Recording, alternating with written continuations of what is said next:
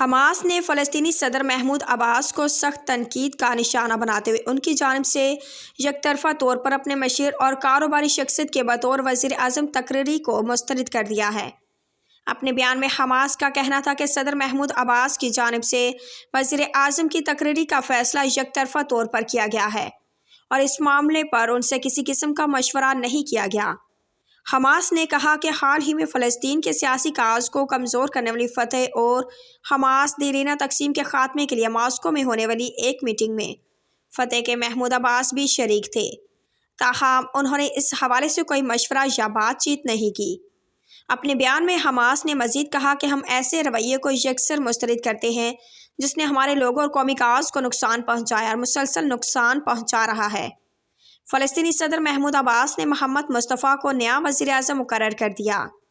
بیان میں کہا گیا کہ انفرادی فیصلوں اور قومی اتفاق رائے کے بغیر حکومت بنانے جیسے کھوکھلے اقدامات سے صرف انفرادیت پسندی اور تقسیم کی پالیسی کو تقویت ملتی ہے۔